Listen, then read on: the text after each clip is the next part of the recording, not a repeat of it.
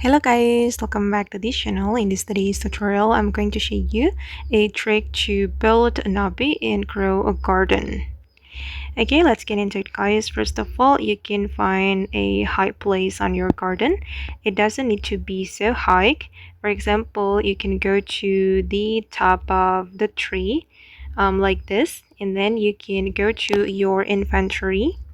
I mean the cosmetic inventory, and you can select one of your cosmetic. For example, I'm going to choose this item. Okay, then you can climb to the cosmetic and put another cosmetic. I'm going to put this item, for example. Okay, and then you can climb it. Oops, I fell down. Okay, let me reclimb it. Okay, you can place more than one cosmetic, guys.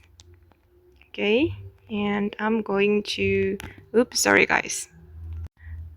Okay, let's place another cosmetic on the ear. I'm going to select this cosmetic. Okay, then we can climb it. Okay, and I think I need to put on one more cosmetic. Go to the cosmetic inventory, and I'm going to choose this one.